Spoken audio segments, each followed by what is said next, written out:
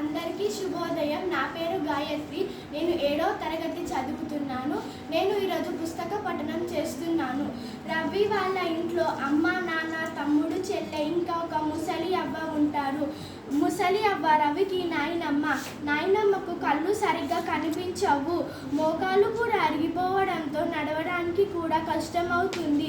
నాయనమ్మను చూడడానికి వచ్చిన వారందరూ ఏమవ్వా మంచిగున్నవా అని అడిగితే ఏ మంచిగుండను బిడ్డ, ఎవ్వరకు పనికిరాని బతుకువు అని అనేది.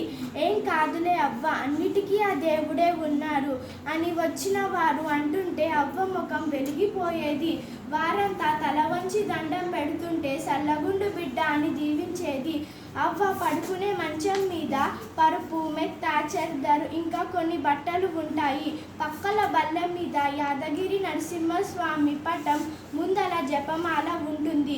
నాయనమ్మకు రోజు మాలను చేతితో పట్టుకొని జపం చేయడం అలవాటు. మంచానికి 2 దిక్కులా ఏవి ఉంటాయో అవ్వకు తెలుసు.